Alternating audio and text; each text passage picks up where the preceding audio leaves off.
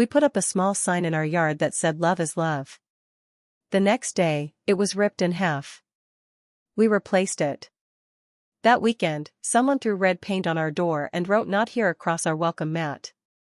We checked the cameras, it was our neighbor's son. We called his parents. They said, "Boys will be boys. You brought this on yourselves." I took it to the school board. The next morning, I found my tires slashed and a Bible taped to my windshield with a message. "You'll burn for what you're teaching your kids." But then, one of their own children came to us crying.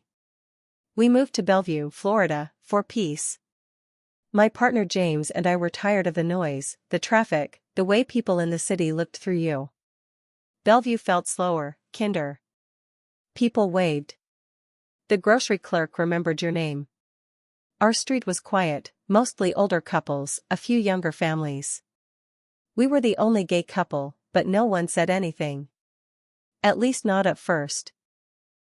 The "Love is love" sign wasn't meant to be a big deal. We'd just seen it online and thought it was nice. We liked what it stood for. We planted it in our front yard, right by the tulips James spent weeks nursing into bloom. The next morning, it was torn in two. Snapped clean down the middle like someone had used a box cutter or scissors. At first, I thought maybe it got caught in the wind or something. But the stick was still planted firm in the dirt. Someone had done it on purpose. James didn't even hesitate. "We're putting up another." We ordered a new one, paid extra to have it delivered the next day. Planted it again, this time deeper, firmer, like we were daring someone to try. That weekend, we woke up to the smell of something strange. Sharp, like chemicals.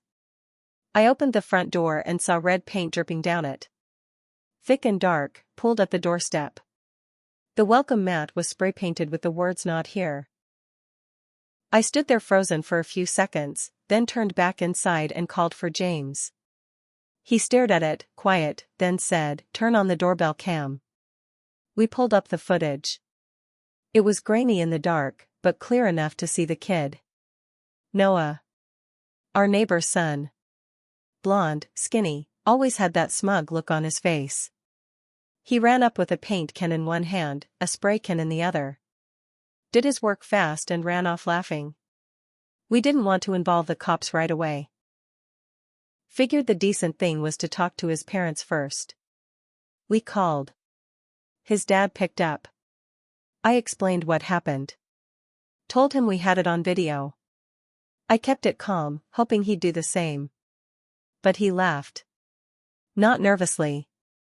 Not with regret. Just laughed. "Boys will be boys," he said. "You two brought this on yourselves." I blinked. "Excuse me? You put that filth in your yard, and you're shocked when someone reacts? You want to shove that garbage in our faces and pretend it's all fine and normal?" Then he hung up. James and I just sat in silence for a bit after that. I felt sick. Not from fear, yet, but from how fast it had all turned. I didn't want to stay silent. So I went to the school board. I brought the video. I filled out a formal report about Noah and his behavior, and how it reflected something bigger. I asked them to look into what kind of messages kids were getting at school and at home. I spoke at the next meeting, publicly. I didn't expect applause. But I also didn't expect what came next. The next morning, we woke up to 4 flat tires. Slashed, not punctured. Long, angry cuts. There was a Bible duct taped to the windshield. Inside, a handwritten note, "You'll burn for what you're teaching your kids." We don't even have kids. That was the moment I started keeping a folder. I saved screenshots, videos, names, dates. I knew where this was going. But I wasn't ready for what happened next. A few nights later, it was storming. Big Florida thunderstorm, rain hitting hard against the windows. James and I were finishing up dinner when someone knocked. Not loud. Just one knock, then quiet. I opened the door and found a girl standing there, soaked to the bone. Hoodie stuck to her skin. Hair plastered down. Noah's sister, she whispered. Can I come in? I moved aside without thinking. She stepped in, dripping. I grabbed her a towel. James got her a blanket. She sat on the couch, shaking. Her name was Abby. 13. She looked scared. Like a rabbit backed into a corner. They don't know I'm here, she said. But I had to come. I don't know who else to talk to. She started crying. She told us about her dad's Bible nights. How they weren't about reading scripture, they were about control. Screaming. Hitting. Shaming. She showed us her arms, healed cuts, some new. She told us her brother Noah wasn't just vandalizing our place. He was acting out because it's what their dad taught. She told us what he'd done to her, too. James stood up and walked out of the room. I stayed with her. Asked questions gently. She talked like someone who'd been holding her breath for years. That night changed everything. They weren't just hateful. They were monsters. And the town had been protecting them. But now I had their secrets. And I knew exactly what to do with them. After Abby told us everything, we let her sleep on our couch that night. She didn't want to go home. Said she was scared her dad would find out and make her regret it. That's how she put it. She didn't cry anymore. It was like she was done crying. I didn't sleep. I stayed up at the kitchen table, going through everything she'd said, everything I'd documented. Every photo, every video, every note. I had a folder the size of a small phone book. I had the footage of Noah with the paint, the slashed tires, the sign destruction, the Bible taped to the windshield. And now I had Abby's words. James wanted to call the police. But I told him no. Not yet. If we call now, I said, they'll spin it. They always spin it. We'll just look like the angry neighbors making things worse. But if we wait, we do it right. So we helped Abby first. She didn't want CPS involved. She said they'd just send her back or split her from her little sister, who was only 9. That hit James hard. I saw it in his face. I called an old friend I'd gone to college with, Maya, now a family law attorney in Tampa. She gave us names. Contacts. Even a therapist who did home visits. All under the radar. Abby kept coming by. Quiet, fast visits. Sometimes just to sit. Sometimes to eat. She started trusting us. And one day, she dropped the biggest bomb. My dad, she said, he used to have someone else he taught lessons to. I asked what that meant. She wouldn't say it outright, but she gave us a name. That name led us to a woman, 32 now, who had moved out of town. She didn't want to talk at first. Then I showed her the note left on my car. The paint on my house. She cried. Then she told me what he'd done to her when she was 12. A neighbor girl. He called it discipline. Said God told him to correct the wicked. My stomach turned. It was time. I sent everything, to a reporter who lived in Ocala. Independent journalist. She ran a local investigative blog, mostly about small-town politics and school boards. But she had teeth. She was tired of the same old stories. She published it all. The videos. The photos.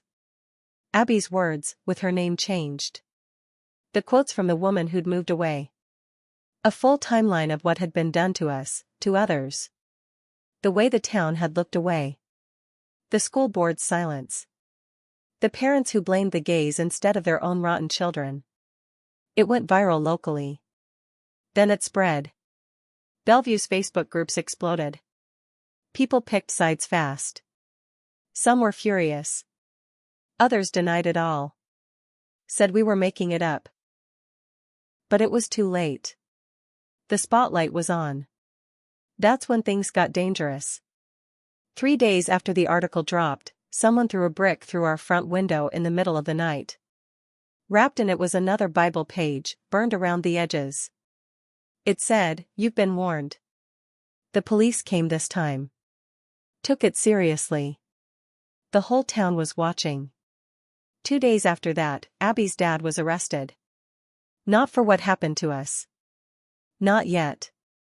But for what he did to Abby. And what he'd done years before. More women came forward. More stories. Suddenly the man who said boys will be boys was on the news, handcuffed, head down. His wife tried to defend him. Called the reporters liars. Called me and James devils.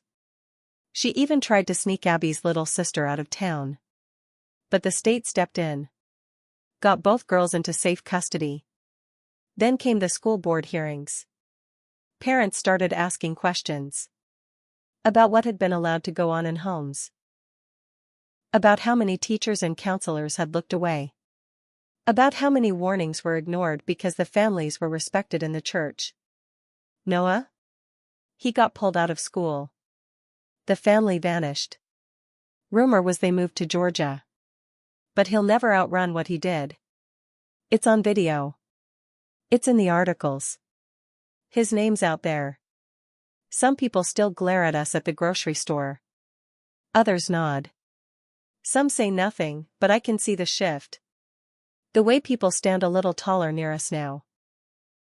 Like they know we didn't just roll over. We didn't just fight back. We tore the roof off. About a week after the arrest, things started to quiet down on the surface. People weren't as loud online. The brick through our window was the last act of open violence, at least for a while. But the silence wasn't peace, it was waiting. You could feel it in town, like everyone was holding their breath. I thought that maybe we were through the worst. Then a letter came in the mail. No return address, but postmarked local. Inside was a photo, blurry, like it was taken from a distance. It was James and me at the farmer's market, holding hands, smiling. Someone had drawn an X over James's face with a red pen. On the back, "You think this is over?" We brought it to the police. They opened a case, said they'd patrol the area more, but I could tell they didn't expect much. They were worn thin from everything else. That night, I told James, "This isn't just some angry neighbor anymore." He nodded. "They're organized." And he was right. A few days later, Maya, the lawyer I'd called to help Abby, got a call from someone claiming to be a local pastor. He said she was interfering with his congregation, spreading lies, corrupting minors. He threatened to file a complaint with the Florida bar. She laughed in his face. "I've got everything documented, Pastor. You want to go public with this? Be my guest." It wasn't just empty noise, though. They tried to fight back another way. Someone filed a petition to have James removed from his job. He works at a nonprofit, small local group that does literacy programs for underprivileged youth. Suddenly, they were flooded with emails.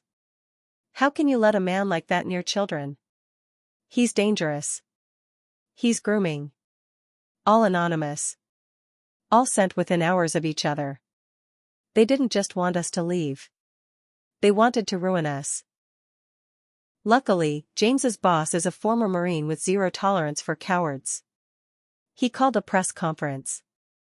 Not a big one, just local reporters. But he stood at the podium and said, "James is one of the best people I've ever worked with. If you think hate mail will scare us, you don't know us at all." It didn't stop there. We found out someone had been calling our electric company pretending to be us, trying to disconnect our power. Same with our water. Same with our car insurance. They wanted to make life so impossible that we'd just leave town. That's when I found out who was behind it.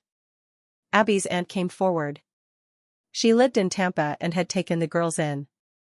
She called me one night and said, "You need to hear this." Turns out, the pastor who had threatened Maya wasn't just a local preacher. He was the brother of Abby and Noah's dad. And he was running something called the Family Values Restoration Group. Real old school, fire and brimstone types. They didn't just hate people like us, they thought we were proof the world was ending. They had newsletters. Secret meetings. Some members on the school board, some in city planning. Quiet connections.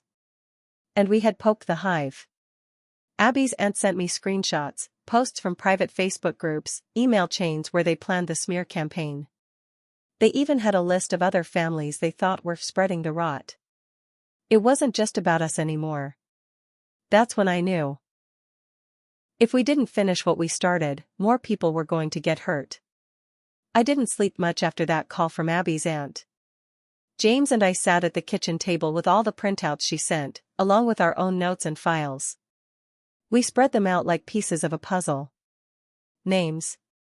Dates. Screenshots. Flyers. Video clips. It all connected, and it all pointed back to one thing: they weren't just a hateful family. They were part of something bigger. And that group, the Family Values Restoration Group, was rotting this town from the inside. I made a decision. I called the reporter in Ocala. Told her I had more. Told her I wanted to go on record, fully. Name, face, everything.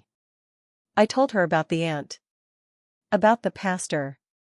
About the group's attempts to smear us, shut down the nonprofit, even mess with our utilities. I gave her everything. She ran the story within a week. A 3-part exposé. Full names. Full links. Every receipt. She didn't just post it on her blog this time. She pitched it to bigger outlets. Statewide news picked it up. Then national LGBTQ+ groups caught wind of it. Then came the bigger news stations. CNN. MSNBC. It snowballed. That was when things exploded. The school board meetings were chaos. Protesters on both sides. The board director, who turned out to be on that secret email chain, was forced to resign. Parents demanded new elections. Investigations were opened. A few businesses that had quietly supported the group got called out and boycotted. James and I were asked to speak at a rally. We said yes. The night before, someone slashed our tires again. Left another Bible page. Same message: you'll burn. We took an Uber. At the rally, I stood on that stage shaking. But then I looked out and saw the crowd. Hundreds of people. Old, young, gay, straight. Holding signs. Some wore rainbow pins. Some held candles. Some just stood there, arms crossed, angry in the right way. I spoke the truth. Told them everything. So did James. So did Abby's aunt. And then, Abby stepped forward. No one knew she'd be there. She hadn't planned to speak. But she walked up on that stage, took the mic with both hands, and told everyone what her father had done. What he'd said. What he made her believe about herself. And how, finally, she stopped believing it. There wasn't a dry eye in the place. The next week, her father was hit with more charges. Another woman came forward. Then another. Some from out of state. One was his niece. It just kept coming. He was done. The pastor brother? He went on a tirade online. Said it was all fake, said he was being persecuted. Then someone leaked church recordings, him yelling slurs, encouraging parents to discipline kids who acted soft. His church dropped him. His donors disappeared. He tried to sue for defamation. He lost. He lost hard. And that group? The Family Values Restoration Group? Their membership list got leaked. That was the final nail. Turns out, half of them had skeletons in their closets. Domestic violence reports. Fraud. One guy had been quietly removed from a school after a student complaint. Another had filed bankruptcy 3 times and blamed liberal policies. They weren't holy. They were broken and hiding behind a Bible. The town changed after that. Some people moved. Others stayed and finally stood up. New people ran for school board. James's nonprofit doubled in donations. Abby stayed with her aunt, and we still see her every week. But I won't lie, there was a cost. James and I changed, too. We don't smile at strangers as easily. We keep cameras on every corner of the house. There's always part of me waiting for something else. And I made mistakes. I underestimated how deep it all went. I thought a sign would be enough to say who we were. I didn't know it would become a battle line. But I'll never regret it.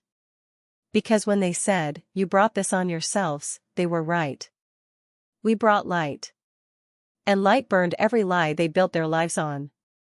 They tried to ruin us. But all they did was expose themselves. And now everyone knows what they are. They don't scare me anymore. They should be scared of me.